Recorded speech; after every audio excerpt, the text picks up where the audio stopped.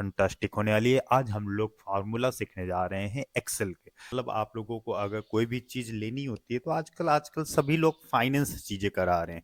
लेकिन फाइनेंस कराते समय आपने जो अमाउंट फाइनेंस किया है, मतलब जितना लोन अमाउंट आपने बैंक से इशू कराया है, जहाँ से भी आप पैसा ले रहे हो, और उसमें आपने रेट ऑफ इंटरेस्ट भी दिया होगा, कितने रेट ऑफ इंटरेस्ट में आपको देना है, और आपने पीरियड भी दिए होंगे कि कितने पीरियड में वो पैसा वापस करना है।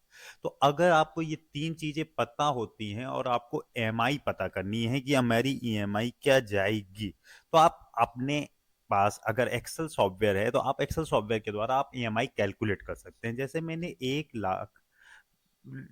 1,20,000 रुपये लोन अमाउंट लिया। हमने ये लोन अमाउंट, ईयरली जो रेट ऑफ इंटरेस्ट था वो 10% था। मैंने यहाँ पे 10% टाइप कर दिया, और पीरियड जो था हमें 5 साल में वापस करना था, 5 साल या 4 साल में हमें वापस करना था। तो ईएमआई निकालने के लिए आप लोग चार तरह से ईएमआई कैलकुलेट कर सकते हो। अगर आप ईयरली पैसा दे रहे हो तो ईयरली भी ईएमआई कैलकुलेट कर सकते हो, मंथली दे रहे हो तो मंथली ईएमआई भी कैलकुलेट कर सकते हो। तो आप लोगों को ईएमआई कैलकुलेट करने का जो फार्मूला होता है, पीएमटी फार्मूला होता है, इक्वल टू पीएमटी।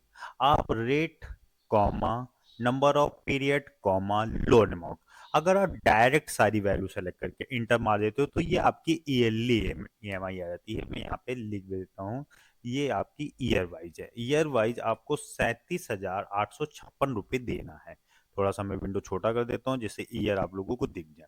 अगर आपको यही ईएमआई अगर मंथली निकालनी है तो इक्वल टू पीएमटी लगा के आप रेट देंगे।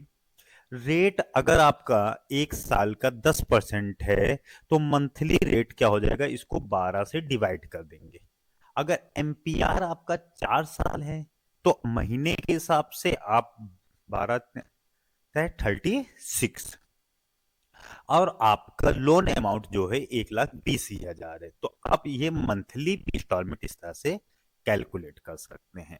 अगर आपको ये लोन अमाउंट कैलकुलेशन बहुत अच्छा लगा है, आप हमारे चैनल को सब्सक्राइब करिए, लाइक करिए, शेयर करिए। Okay, thank you.